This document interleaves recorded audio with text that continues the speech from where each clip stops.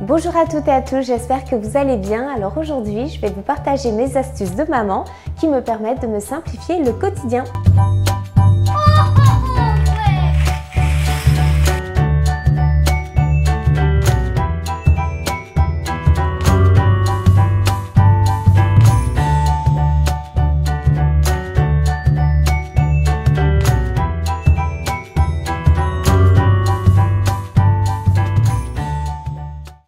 Avec les enfants, l'éponge magique est pour moi un indispensable. Elle est idéale pour les traces de crayon ou de feutre sur les murs et je l'utilise aussi pour tous les contours des interrupteurs ou même les portes parce qu'il y a souvent des petites traces de doigts.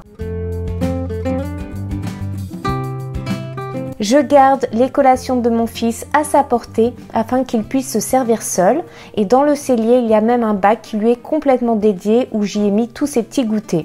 Je prépare aussi souvent à l'avance des petits bâtonnets de légumes et des cubes de fruits prêts à déguster que je range en bas du réfrigérateur. Je vous recommande d'ailleurs ces sacs de conservation réutilisables qui sont bien pratiques pour les enfants et d'autant plus avec les plus jeunes car il n'y a aucun risque de casse.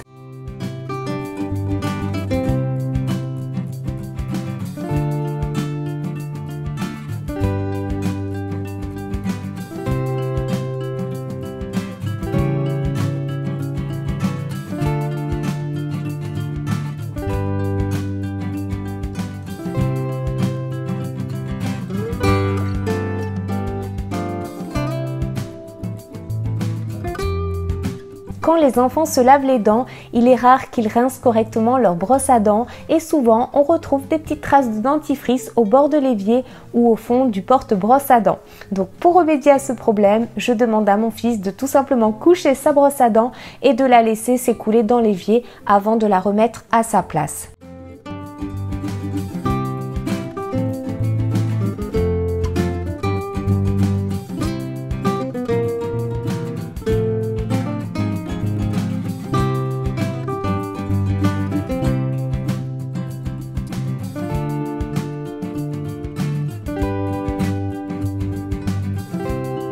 Peut-être très contraignant de nettoyer les petits jouets un à un. Donc maintenant, j'utilise mon filet de lavage et j'y mets les petits jouets dedans. Attention à certains jouets qui ne peuvent pas être nettoyés de cette façon, comme ceux avec des petites pièces métalliques ou en bois. Et pour ne pas risquer de les abîmer, je les mets à laver lorsque je lance un programme à froid ou avec du linge noir, puisque c'est souvent une température très basse.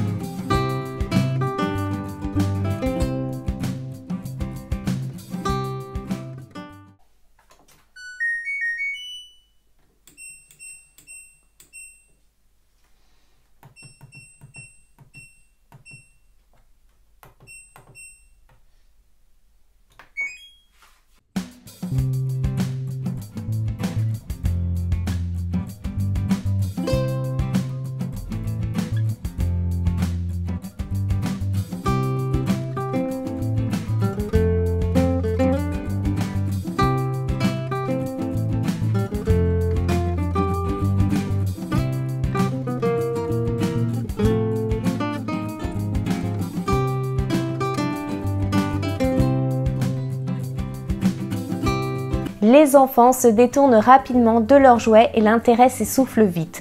La rotation des jouets permet de limiter l'achat de nouveaux jouets.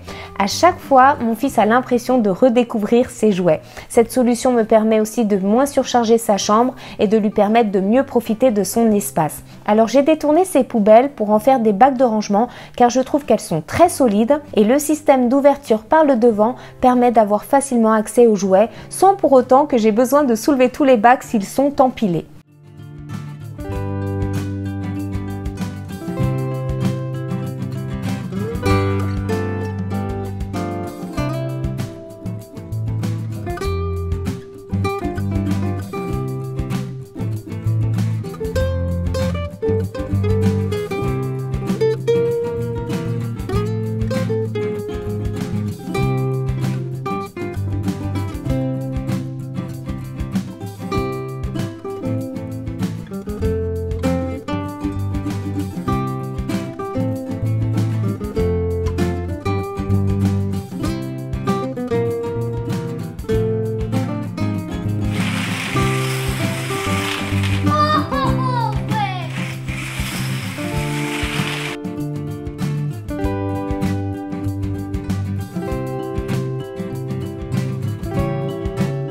J'adore les boîtes pour ranger et catégoriser les objets, tout est à sa place et je trouve que le rendu est harmonieux et désencombré.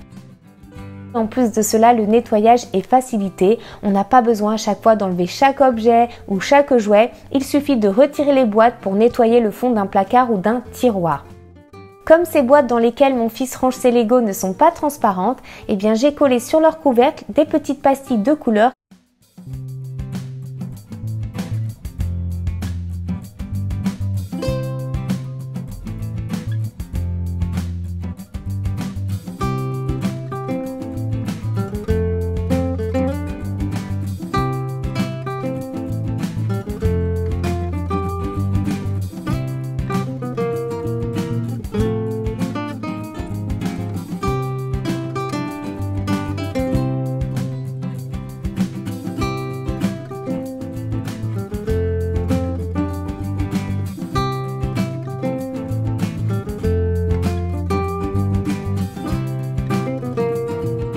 Confier des missions aux enfants, comme on aime les appeler ici, permet de les responsabiliser et les rendre beaucoup plus autonomes. Mon fils a des missions quotidiennes qui lui sont attribuées comme vider le lave-vaisselle, mettre la table, faire son lit et ranger sa chambre. Parfois il fait quelques petites missions supplémentaires. Bien entendu, nous restons souples, parfois il y a aussi des imprévus où nous faisons certaines tâches à sa place, mais il a tout de même sa routine. Alors il faut bien entendu prendre en compte l'âge de l'enfant et de ses capacités et donc de lui confier des tâches qui lui sont adaptées. Alors j'ai pris pour habitude lorsque je plie les pyjamas d'assembler le haut avec le bas. Cela évite maintenant à mon fils de mettre des ensembles dépareillés. Et je vous fais une petite démonstration de mon pliage.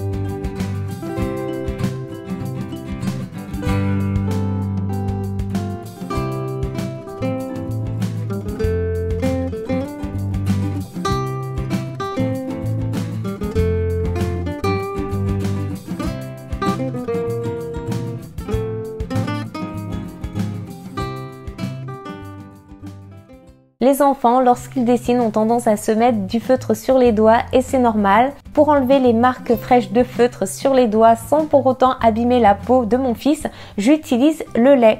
Donc je ne sais pas si vous connaissez cette astuce, mais il vous suffit de le faire tiédir au micro-ondes et de frotter les taches de feutre avec. Donc vous pouvez utiliser par exemple un coton.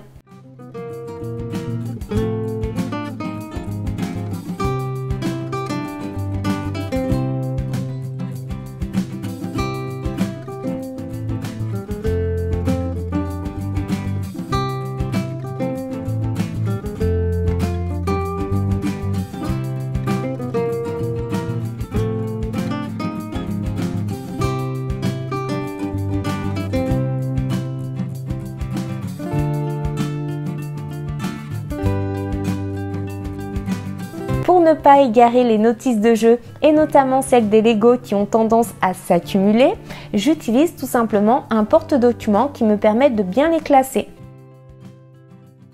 Il est vrai que l'on peut retrouver les instructions sur internet, mais dans ce cas précis, je préfère les conserver afin d'éviter à mon fils de regarder un écran pour les consulter.